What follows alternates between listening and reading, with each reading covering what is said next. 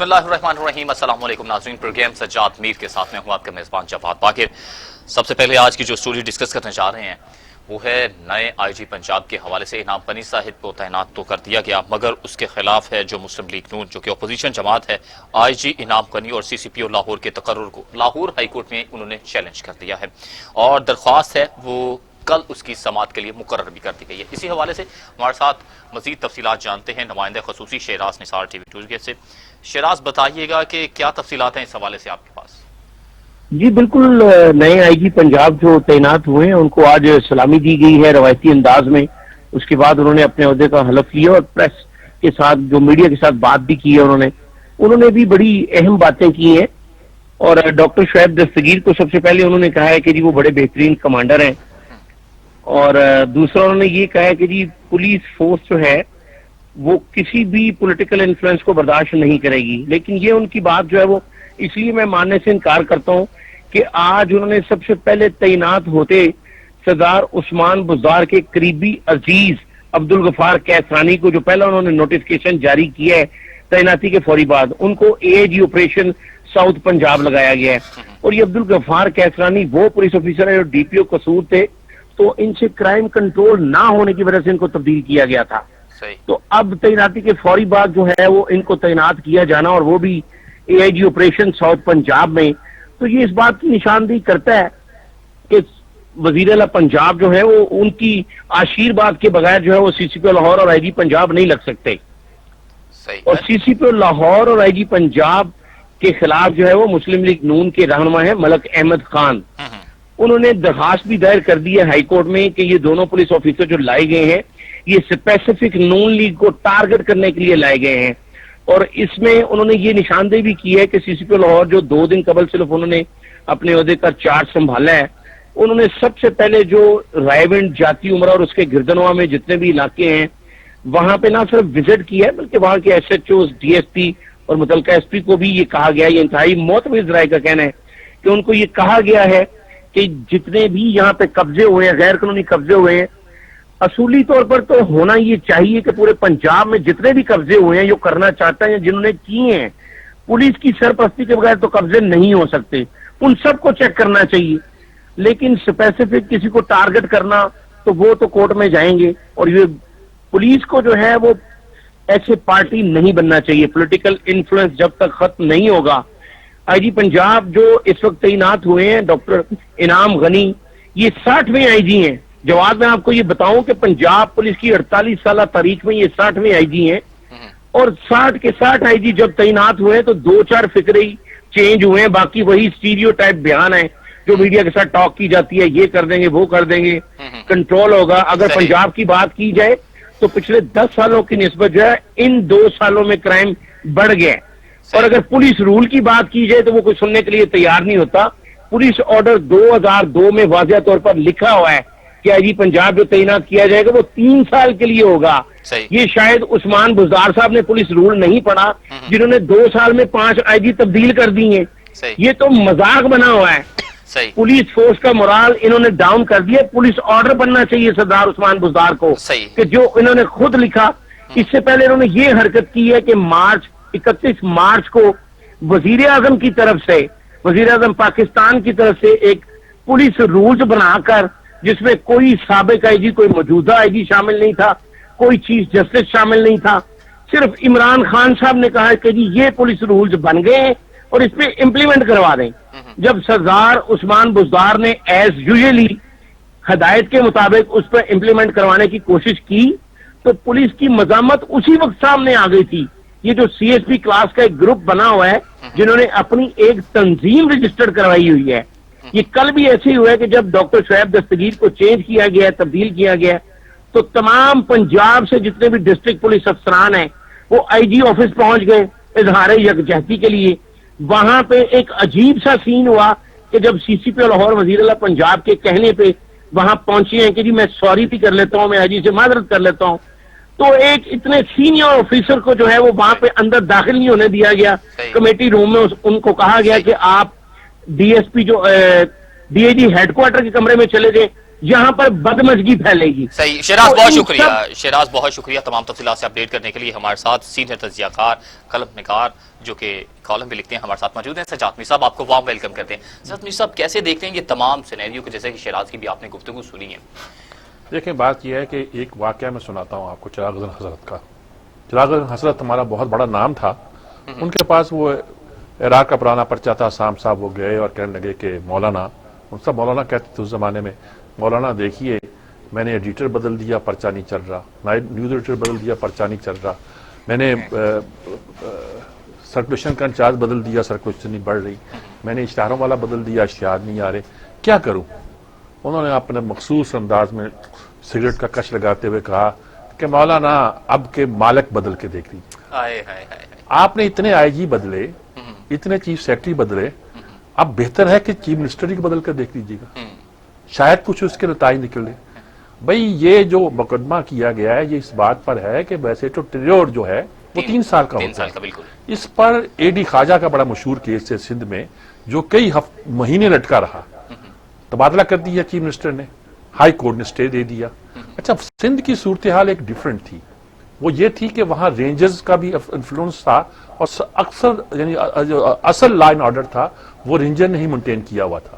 Ranger police کی مدد کے ساتھ تعاون کے ساتھ آگے چلتی تھی. چنانچہ وہاں وہ پولیس افسر جو بڑی آنیسٹلی کے ساتھ کام کر رہا ہو یا وہ جو رینجرز کا ساتھ دے رہا ہو اس کو آپ اگر سندھ گورنمنٹ اپنے مقاصد کے لیے سیاسی مقاصد کے لیے بدلنا چاہتی تھی تو وہ ان کی راہ میں رکاوٹ بنتے تھے. چنانچہ وہ بن گئے. طاقتور لوگ ہیں انہوں نے روک بھی لیا. اب پنجاب میں کون کرے؟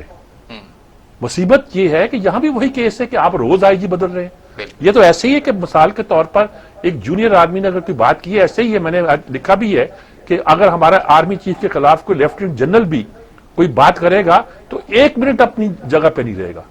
وردی کا اپنا احترام ہوتا ہے، اپنا ڈیکورم ہوتا ہے. ویسے بھی سروسز کے پروٹوکول ہے لیکن وردی کا پروٹوکول تو بڑا سخت ہوتا ہے. اور اس آدمی نے جو اب سی سی پی او ہے یقیناً وہ ایک اچھا افسر ہوگا لیکن انہوں نے اپنی باڈی لینگویج سے ظاہر کیا اور اپنے کاموں سے ظاہر کیا کہ شاید ان کو کسی خاص، انہوں نے کہا میں جنوبی پنجاب کا ہوں.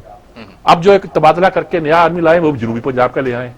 اور بھائی یہ صوبہ جو ہے یہ ملک کی جان ہے. تبدیلیاں تو ہو رہی ہیں نا. نہیں جی یہ صوبہ آج تبدیلی نظر آئے گی آپ کو. بات یہ ہے کہ دیکھیے یہ سی ایس ایس افسروں کا جو بات کرتے ہیں کہ وہ اکٹھے ہو جاتے ہیں. سی ایس پی افسروں کی تنظیم آج کی نہیں ہے.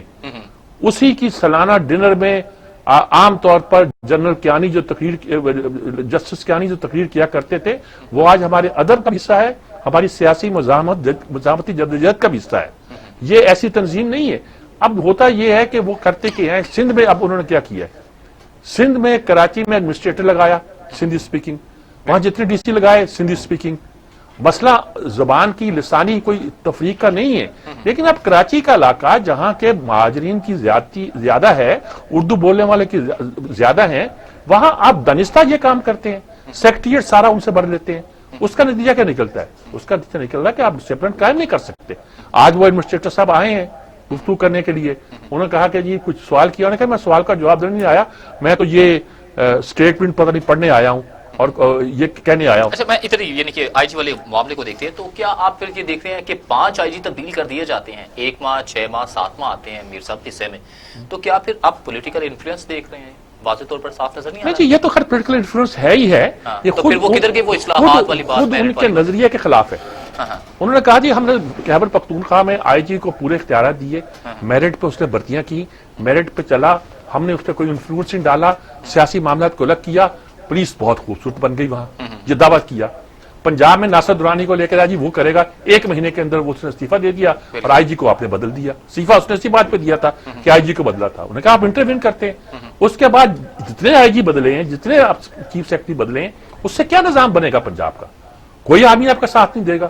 اگر بغاوت کی ہے، انہوں نے مل کے بیٹھ کے میٹنگ کی ہے، تو اس کا مطلب ہے کہ پنجاب میں بیوروکریسی جو ہے، چاہے وہ پولیس بیوروکریسی ہو، چاہے وہ سول بیوروکریسی دوسری ہو، وہ آپ کے ساتھ نہیں ہے.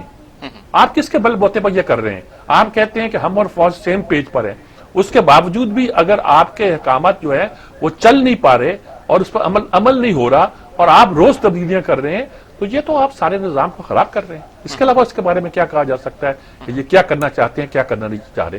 تو میرے خیال میں یہ جو سٹیپ ہے ہو سکتا ہے کہ جو مقدمہ کیا گیا ہے اس کے نتیجے کے طور پر یہ سچ مچ ہائی کورٹ جو ہے وہ سٹینڈ بھی لے لے کوئی، اور سٹینڈ لے گا تو وہ یہی ہوگا۔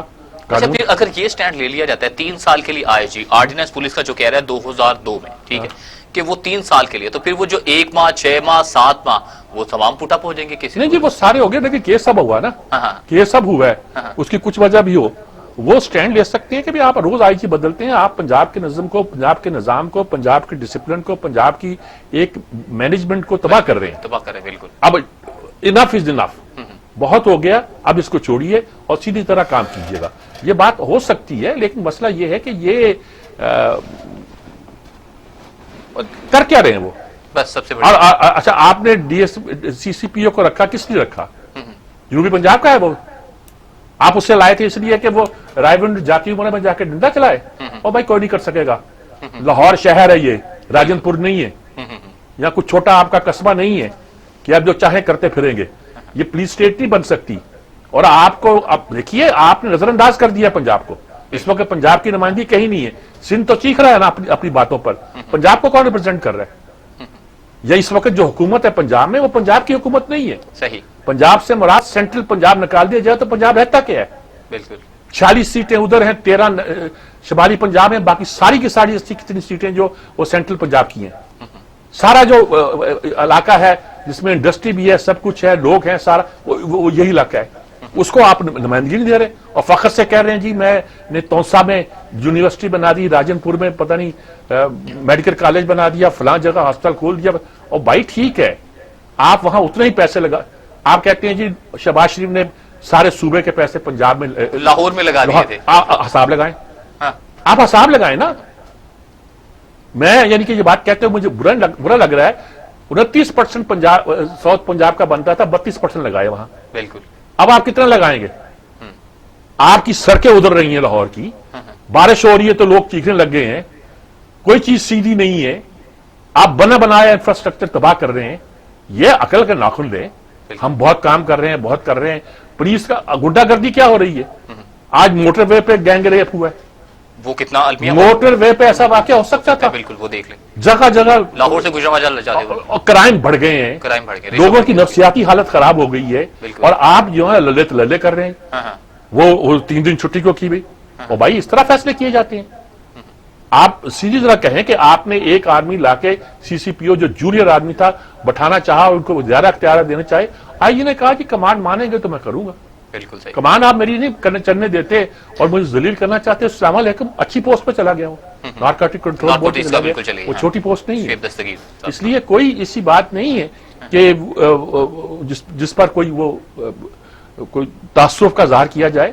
اور لیکن ظاہر ہے کہ اگر سول سروس والے بھی اس پر پروٹیسٹ کریں گے تو حکومت کے لیے مسائل پیدا ہوں گے، اور ظاہر ہے کہ ہر حکومت میں ایک آدمی ہوتا ہے جو نظام کو سنبھالتا ہے، اس کو گالیاں بھی پڑتی ہیں، فواد حسن کو پڑتی تھی، اس کے بعد تمام جنرلوں کے ساتھ ایک آدمی تھے، جنرل فلاں، رفاقت، جنرل فلاں، یہ سب موجود تھے۔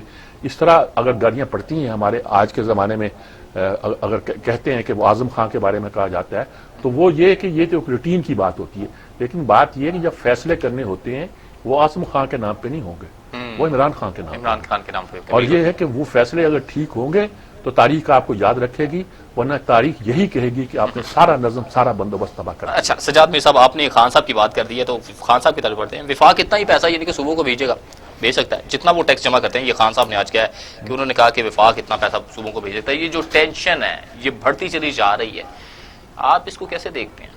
انہوں نے کہا جی وفاق اتنا ہی پیسہ دے گا جتنا وہ ٹیکس وہ ٹیکس جمع کرے گا، درست کہا۔ سندھ والوں کی یہ بات غلط ہوتی ہے کہ وہ کہتے ہیں کہ جی اگر پروجیکٹڈ ٹیکس یہ تھا کہ 4000 بلین ٹیکس اکٹھا کیا جائے گا تو اس میں سندھ کا حصہ مثلاً 7 بلین تھا، 7 بلین ہمیں دے دو۔ صحیح، وہ کہیں گے 4 بلین اکٹھا نہیں ہوا، اکٹھا ہی 3 بلین ہوا ہے، تو اس میں سے آپ کا حصہ جو بنتا ہے وہ مثال کے طور پر 5 بلین بنتا ہے، وہ ہم 500 بلین بنتا ہے، وہ ہم آپ کو دے دیتے ہیں۔ وہ کہتے ہیں نہیں وہ دو، باقی صوبے جائیں جہنم میں، ہمیں وہ دو۔ یہ اصول تو غلط ہے، لیکن عمران خان صاحب نے یہ نہیں سوچا کہ وہ یہ بات کہہ کے کس بات کا اعتراف کر رہے ہیں۔ وہ کہہ رہے ہیں کہ میرے عہد میں ٹیکس کم اکٹھا ہو رہا ہے۔ دیکھیے جب نواز شریف آئے تھے، غلام اسحاق ڈار کو بہت گالیاں پڑتی ہیں، تو اس وقت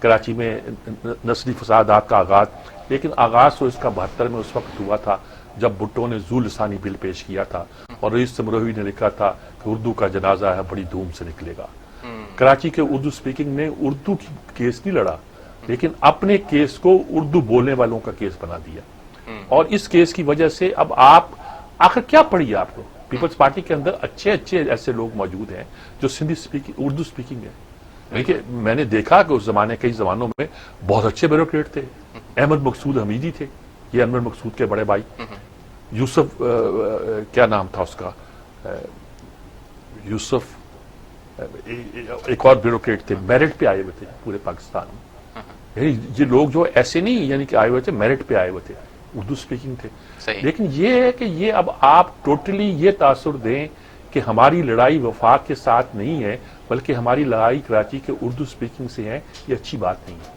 کراچی کے لوگ پیپلز پارٹی کے خلاف اس لیے ہو رہے ہیں کہ وہاں جو منتظمین مقرر کیے جا رہے ہیں، چاہے وہ ایڈمنسٹریٹر کے نام پہ ہوں، چاہے ڈپٹی کمشنر کے نام پہ ہوں، چاہے پولیس کے لوگ ہوں، وہ سارے کے سارے سندھی سپیکنگ ہیں۔ سندھی سپیکنگ اچھے لوگ ہوتے ہیں، سندھی سپیکنگ ایسے لوگ ہوتے ہیں جو ڈلیور بھی کرتے ہیں، لیکن آپ اگر ایز اے پالیسی یہ بنا لیں گے کہ سندھ سیکٹریٹ میں اور ایڈمنسٹریٹو پوسٹ پر صرف سندھی سپیکنگ ہی آئے گا اور دوسرے نہیں۔ ابھی وہاں امتحان ہوئے، وہاں جسے صوبائی ایڈمنسٹریٹو ایگزام کہتے ہیں، 127 کے کتنے لوگ منتخب ہوئے، سب کے سب جو تھے ان میں سے ایک بھی اردو سپیکنگ نہیں تھا، سب کے سب سندھی۔ ہاں اچھا، اب یہ بھی ہو سکتا ہے کہ پنجابی کہیں کہ ہمارا کوٹا کہاں ہے، پٹھان کہیں کہ ہمارا کوٹا کا ادھر ہے، لیکن کم از کم ان لوگوں کا تو حق ہے نا، بالکل، اور کچھی میمن کا بھی حق ہے بھائی۔ بالکل دیکھیں میں تو بہت لڑتا ہوں کراچی والوں کے ساتھ، لڑتا رہا ہوں کہ بھئی یہ کہ جو لوگ ملک کے اندر سے آتے ہیں وہ تو غیر مقامی ہو گئے، پٹھان اور پنجابی ہم لوگ، اور جو لوگ سرحد کے اس پار سے آئے ہیں بر صغیر سے وہ سارے مقامی ہو گئے۔ میں ان کو چھیڑتا ہوں، تنگ کرتا ہوں، وہ بھی بحث کرتے ہیں، لیکن یہ مسئلہ یہ ہے کہ آپ یہ تاثر دینا چاہتے ہیں کہ کراچی کے پاس، کراچی پر حکومت کرنے کے لیے، کراچی کا نظام چلانے کے لیے کوئی کراچی کا آدمی نہیں ہے، یہ ٹو مچ۔ یہ ویسے لمحہ فکری ہے، آپ نے بڑا اچھا پوائنٹ نوٹ کیا۔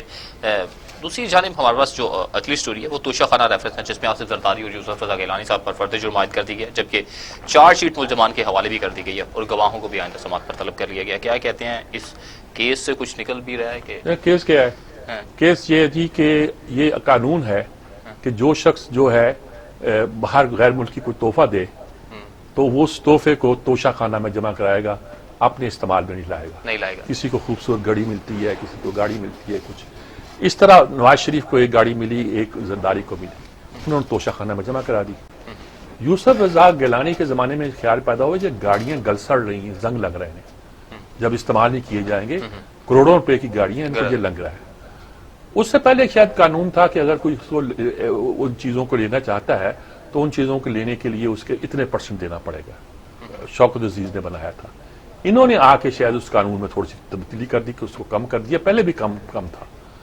اب ان لوگوں نے، جس کا نام نواز شریف ہے، جس کا نام زرداری ہے، انہوں نے وہ چیزیں خریدی، آفر کرنے، حکومت نے جب آفر کی وہ پیمنٹ کر دی جو قانون میں طے ہو چکی تھی، وزیر اعظم نے کی تھی۔ صحیح، وزیر اعظم نے کہتا مجھے تو سمری آئی تھی اور سمری سوچ سمجھ کے آتی ہے، میں نے اس کے مطابق فیصلہ کر دیا۔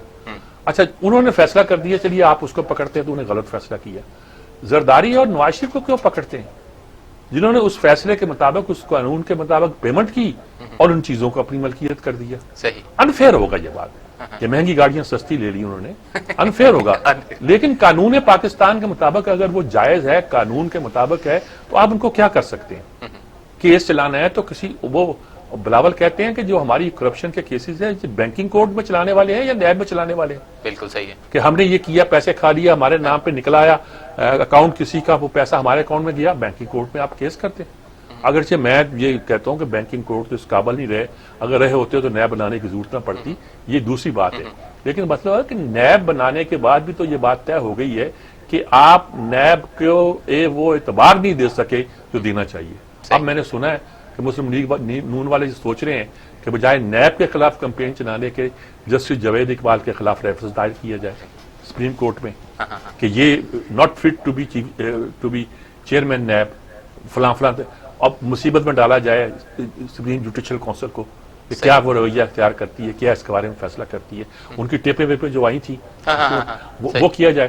مصیبت ہے کہ آپ نے ملک میں ایک انتشار کی کیفیت ذہنی انتشار کی کیفیت پیدا کرنی ہے۔ میر صاحب ایک اور بھی چیز ہے اس میں، جو نواز شریف صاحب بھی تھے ان کا یعنی کہ آپ کو سرنڈر کرنا چاہیں گے یا کیا کرنا چاہیں گے؟ فی الحال ہمارے ساتھ لائن پر موجود ہیں پاکستان مسلم لیگ نون کے سینئر رہنما نثار چیمہ صاحب موجود ہیں ہمارے ساتھ۔ جی جی جی، السلام علیکم چیمہ صاحب۔ ہیلو، آواز نہیں آ رہی میرے خیال میں، رابطہ منقطع ہو گیا جی، دوبارہ رابطہ رابطہ منقطع ہو گیا۔ میرے خیال میں ہم سب سے پوچھنا چاہیں گے کہ میں نہیں محسوس کرتا کہ نواز شریف کو سرنڈر کرنا چاہیے، کریں گے۔ ایک تو انہوں نے کہہ دیا کہ بیمار ہیں، اصولی بات ہے، قانونی بنتی ہے، ڈاکٹروں نے لکھ کے نہیں دینا تو انہوں نے صبر نہیں کرنا، بالکل ان کی جان پہ کون کھیلے گا۔ لیکن کچھ لوگ تو اور بات بھی کرتے ہیں نا کہ کیوں سرنڈر کریں بھائی، کیوں سرنڈر کریں؟ عدالتوں کے فیصلے جو ہیں وہ فیصلے ہی اس طرح آ رہے ہیں نیب کے ذریعے سے، آپ لوگوں کو پکڑ کے پولیٹیکل انجینئرنگ کرنے کے لیے فیصلے دے رہے ہیں، اس میں کیوں سرنڈر کریں؟ کچھ سقراط اور ارسطو کا زمانہ تو نہیں کہ زہر کا پیالہ پی لیا جائے، صحیح، یہ نہیں کہ بغاوت کی جائے، یہ ہے کہ طریقے سے لڑا جائے۔ اور جیسے آصف زرداری کہتے تھے کہ 12-13 کیس تھے ان کے خلاف، میں نے بڑے طریقے سے لڑے ان کو، پہلے جو ان کے کیسز تھے وہ سارے ختم ہو گئے، بلکہ آخری کیس جب ختم ہوا تو میں نے کہا میں بھی سرنڈر کرتا ہوں بھائی، ہم تو اسے اب مجید نظامی بھی انہیں مرد حر کہنے لگ گئے ہیں تو میں بھی سرنڈر کرتا ہوں یار، سارے کیس ان کے ختم ہو گئے، آخری ختم ہو گئے، میں بھی سرنڈر کرتا ہوں۔ مسئلہ یہ ہے کہ اگر ایک شخص اپنے قانون کے مطابق اپنے آپ کو تحفظ دینا چاہتا ہے، چاہے ملک سے باہر جا کے دینا چاہتا ہے، چاہے اسے اپنی عدالتوں پہ اعتبار نہیں رہا، تو یہ بات عدالتوں کے سوچنے کی بھی ہے، ہمارے سسٹم کے سوچنے کی بھی ہے کہ اس نظام پر ہمارے بڑے لوگوں کا اعتبار کیوں نہیں رہا۔ آپ کہیں گے کرپٹ ہے، اور بھائی کرپٹ عجیب عدالتیں ہیں ہماری، یعنی اس کا ایک حصہ ان کو نااہل قرار دیتا ہے، دوسرا حصہ اگلے دن بتاتا ہے کہ عمران خان جو ہے صادق و امین ہے، ثاقب نثار کی جگہ، اور وہ اس کا ڈنکا بچاتے ہیں۔ میرے خیال میں یہ ساری چیزیں جو ہے نا اثر نو ان پر غور کرنے کی ضرورت ہے۔ اچھا سجاد میر صاحب، آپ کیسے دیکھ رہے ہیں کہ کیا پھر لوگوں کا اس طرح سے اعتماد رہے گا اگر اسی طرح چلے، اور یہ تمام جو احتساب کا اکاؤنٹیبلٹی کا عمل چل رہا ہے اس سے کچھ نکلتا بھی دیکھ رہے ہیں؟ یہ اکاؤنٹیبلٹی تو دیکھیے، جو کیا نام تھا اس کا جو انڈیا میں بیٹھا ہوا تھا پارلیمنٹ کے باہر 50,000 بندے لے کے، جے پال کیا نام تھا اس کا، اور اس نے اس وقت وہ بل موجود تھا جسے کہتے ہیں ایک طرح کا احتساب بل، نہیں پاس ہوتا پریشر کے باوجود۔ ہمارے ہاں یہ بل اس لیے پاس نہیں ہوتا کہ کبھی نہ کبھی لوگ ہم جذبات میں آ کے جمہوریت کے شوق میں یہ کہتے ہیں کہ فوجیوں کا اور ججوں کا بھی احتساب کرو، وہ کہتے ہیں ہمارے الگ ادارے ہیں، پھر یہ کہتے ہیں کہ ہمارا احتساب کیوں کر رہے ہو الگ سے، ہمارے احتساب بھی اپنے ادارے سے کراؤ، ہم بھی پارلیمنٹ کے لوگ ہیں، پارلیمنٹ سے کراؤ۔ اب ہو یہ گیا ہے کہ سارے کا سارا احتساب کا زور پارلیمنٹیرینز پر ہے، کچھ ہم نے بیوروکریٹ پکڑ لیے، یعنی پولیٹیکل انجینئرنگ کی، پولیٹیکل لوگوں کو پکڑا، پولیٹیکل لوگوں کو مار دی، پولیٹیکل لوگوں کو لڑا دیا، اور بھائی پوری قوم پڑی ہوئی ہے۔ ویسے کچھ کاروباری لوگ ہی قابو میں آئے ہیں، اگر آپ نے احتساب کرنا تو پھر اکراس دا بورڈ کرو، پھر یہ بھی کرو کہ ان لوگوں میں جنہوں نے گڑبڑ، بھائی آپ کہتے ہیں بڑا افسوس ہوا مجھے جہانگیر ترین کو پکڑ کر، ایسے ہی ہوا جیسے میں نے ماجد خان کو کرکٹ نہیں کھیلنے دی تھی، یا ایک اپنے اور کزن کا نام لیا کہ ان کے بھائی کو میں نے ٹکٹ دی لیکن میں وہ حفیظ اللہ نیازی کے حوالے سے بات کی، اور ایسا ہی مجھے جہانگیر ترین کا ہوا، گویا انہوں نے کہا کہ وہ میرے کزنز کے بھائیوں کے برابر ہیں، لیکن مجھے افسوس ہوا۔ بھائی افسوس کرنے سے نہیں ہوتا، افسوس کرنے سے نہیں ہوتا، بات یہ ہے کہ اگر آپ نے ان کے خلاف ایکشن لینا تو پورا ایکشن لیں اور ثابت کریں کہ آپ بالکل فیئر ہیں اور کھلے دل سے اس کی بات کرتے ہیں۔ تو پھر نواز شریف صاحب کے باہر رہنے سے، جیسے آپ بھی بات کی ہے کہ بات بھی بڑی بیسک روٹس پہ ہے کہ کس بیس پہ یعنی کہ وہ سرنڈر کرنے جائیں، تو کیا آپ دیکھ رہے ہیں کہ نواز شریف صاحب کے باہر بیٹھنے سے یہاں پر ان کا ووٹ بینک ڈسٹرب ہو رہا ہے؟ دیکھیں ووٹ بینک وہ سعودی عرب گئے تھے، ثابت یہ بھی ہوا کہ جو وہ کہتے تھے کہ میرا کوئی معاہدہ نہیں، وہ معاہدہ بھی ہے، سب کچھ ہوا تھا نا، صحیح، پھر وہ ملک میں آئے تھے، ان کو واپس بھی لے گئے تھے، بالکل ٹھیک ہے نا جی۔ اس کے بعد جب وقت آیا تو ڈنکا بجایا نا، ڈنکا بجا، بالکل بجا۔ تو یہ بات یہ ہے کہ جو ووٹ بینک جس کا ہے اس کو آپ توڑ نہیں سکتے، اور اس وقت جن کے نظریاتی ووٹر ان کے ساتھ کھڑا ہے، سب سے بڑا پرابلم یہی ہے اس حکومت کا کہ آپ نواز شریف کا ووٹ بینک توڑ نہیں پا رہے، اور اس کو سب سے بڑا خطرہ سمجھتے ہیں، اس لیے کبھی مریم نواز نکلتی ہے 5 منٹ کے لیے تو تھر تھر کانپنے لگتے ہیں۔ آپ دیکھیں نا، ٹیسٹ ہے، اگر جمہوریت ہے اور جمہوریت کے آپ قائل ہیں، نکلنے دیں اس کو باہر۔ وہ کرپٹ ہے تو لوگ کھینچ لیں گے سڑکوں پہ گلیوں میں کہ تو کرپٹ ہے، اور تو کیوں۔ اچھا شہباز سے اتنا ڈر کیوں نہیں ہے جتنا مریم سے ہے؟ ڈر شہباز سے اور طرح کا ہے، ڈر تو ان سے بھی ہے، اور شہباز شریف جو ہے نا ان کا اپنا سٹائل ہے، وہ یہ ہوتا ہے پارٹیوں میں ہوتا ہے اور ہو سکتا ہے کہ خاندانی چپکلچ بھی ہو سکتا ہے موجود ہو سکتا ہے نواز شریف آپ چاہتا ہو کہ لیگیسی جو اتنی دیر ان کے بھائی کے پاس رہی ہے آپ بیٹی کے پاس چلی جائے. دیکھیں نا شاہ عبداللہ تھے جارڈن کے, ساری عمر شہزادہ حسن جو تھے ان کے ولی عہد رہے. ہماری شہزادی سروت کیا نام تھا ان کا پاکستانی, وہ ان کی اہلیہ بھی تھی. ہم بڑے فخر سے کہتے تھے کہ آنے والی ملکہ بنے گی, لیکن ہوا کیا, آخری دنوں میں کینسر کے مرض میں وہ واپس آئے اور 15-20 دن پہلے مرنے سے پہلے انہوں نے اعلان کر دیا کہ ولی عہد اب وہ نہیں ہے بلکہ میرا بیٹا ہے, اور وہ بیٹا آج حکمران ہے. صحیح. مجھے انٹرنیشنل ایک سٹوری آپ سے تھوڑی سی ڈسکس کرنی ہے لداخ کے حوالے سے. پاکستان اس کی چین کی اور انڈیا کی بڑی ٹینشن چل رہی ہے لداخ پر, جہاں پر کافی کلومیٹر کا علاقہ ہے, غالباً 3448 کلومیٹر ہے, جہاں پر وہ آپس میں جنگ جا رہی ہے. تو کیسے دیکھ رہے ہیں یہ ٹینشن کہیں پر انٹرنیشنل لیول پر تو نہیں چلی جائے گی؟ امریکہ میں پریس میں اس طرح کی باتیں آنے شروع ہو گئی ہیں کہ امریکہ اس پہ نظر رکھے ہوئے ہے. امریکہ انگیج کرنا چاہتا تھا چین کو ساؤتھ ایشیا سی میں, لیکن وہاں تو ابھی وہ کر نہیں پایا, اور خاص طور پہ سی پیک کے پروجیکٹ کے بعد ان کو لگا کہ یہ رستہ بہت امپورٹنٹ بنتا جا رہا ہے. چین نے یہاں تک کہہ دیا کہ نیپال کو کہا کہ جس ہمارے علاقے پہ دعویٰ ہے کہ انڈیا کا نہیں آپ کا ہے, ہم آپ کو اس علاقے سے ایکسیس دے دیتے ہیں سی پیک میں, اس کے بعد آپ کو انڈیا کی ضرورت نہیں رہے گی, آپ سی پیک سے ہوتے ہوئے یعنی چین اگریسو موڈ میں آیا ہوا ہے. لداخ کا معاملہ بھی یہی ہے, وہاں تو ایک بدھوں کی ایک اکثریت ہے اور وہاں ان کا دعویٰ شروع سے رہا ہے. اب انڈین وہاں اپنا کچھ دکھانا چاہتے تھے شاید امریکہ کو خوش کرنے کے لیے, کیا کرنے کے لیے. چین نے جواب دیا ہے. چین نے کہا کہ اگر انگیج کرنا ہے تو وہ یہاں انگیج کرنے کو تیار ہے. اچھا, چین نے اگر ان کو انگیج کیا اور امریکہ اگر چاہے گا کہ چین سپر پاور نہ بنے, جیسے سپر پاور بن رہا ہے اور جیسے ان کا خیال ہے کہ چند برس کے بعد وہ اپنی فوجی طاقت میں امریکہ کے برابر آ جائے گا, تو وہ پراکسی کے لیے کوئی جنگ لڑنا چاہتا ہے. بالکل. اچھا, اصل بات یہ ہے کہ چین جو ہے اس کو معلوم ہے کہ کیا صورتحال ہے. اس کے علاقے کے ساتھ ہی یہ سارا سی پیک کی سڑک بھی گزرتی ہے, شاہراہ کاراکرم گزرتی ہے, اس کے ساتھ ہی گلگت و بلتستان ہے, اس کے ساتھ ہی ہمارا بادشاہ ڈیم ہے, اس میں ہمارے انٹرسٹ بھی ہے. چین کا وہاں ایکٹیو ہو جانا گویا ہمارے لیے بھی پیغام ہے کہ یہ خطہ بہت ضروری ہے, بہت امپورٹنٹ ہے. آنے والے اگر امریکہ سمجھتا ہے کہ اس پہ قبضہ کروا لے گا انڈیا کا, تو وہ تو ہم نہیں ہونے دیں گے. لیکن چین یہ کہہ رہا ہے کہ اکیلے نہ سمجھ لو, ہم بھی بیٹھے ہوئے ہیں یہاں, اور کچھ بھی ہو سکتا ہے. امریکی اس پہ تھوڑے سے اس میں پریشان بھی ہیں اور حکمت عملی بھی طے کرنے کی کوشش کر رہے ہیں, اور چاہتے ہیں یہ بلاک نہیں جیسے آپ کو نظر آ رہا ہے کہ جیسے چین, ادھر سے رشیا ساتھ ان کے, ادھر سے ان کے جو راج ناتھ سنگھ ہیں وہ بھی جا رہے ہیں ادھر میٹنگ کرنے کے لیے, وی فینگ سے ان کے وزیر خارجہ سے, مگر کوئی فروٹفل ریزلٹ نہیں کر رہا. روس ہے وہ بھی آگے سے بس گرین سگنل دیتا ہے سالسی کی حد تک. یہ عالمی دیکھیے سیاست ہے نا, عالمی سیاست میں یہ ہے کہ امریکہ جو ہے وہ چین کو گھیرنا چاہ رہا تھا. وہ روس پہ پہلے سرد جنگ ان کے ساتھ ہوئی تھی, اب ان کی سرد جنگ چین سے جاری تھی, اس میں ایکٹیو بھی ہو گیا. ٹرمپ نے آ کے اس کو تیز کیا اور تیز کیا. چین اب فوجی لحاظ سے بھی اس قابل ہو گیا ہے کہ وہ اگر ان کو چیلنج کرنا چاہے, ان کو لڑکارنا چاہے تو لڑکار سکتا ہے. چنانچہ وہ وہاں گیا, ہماچل پردیش پہ بھی اس کا دعویٰ ہے, یہاں بھی اس کا دعویٰ ہے. سکم کی سرحد اگر وہ اس سے چھن جاتی ہے تو سمجھو کہ وہ تو کٹ جاتا ہے بنگلہ دیش ان سے, بالکل بعد کا علاقہ جو ہے انہیں قابو میں نہیں رہتا.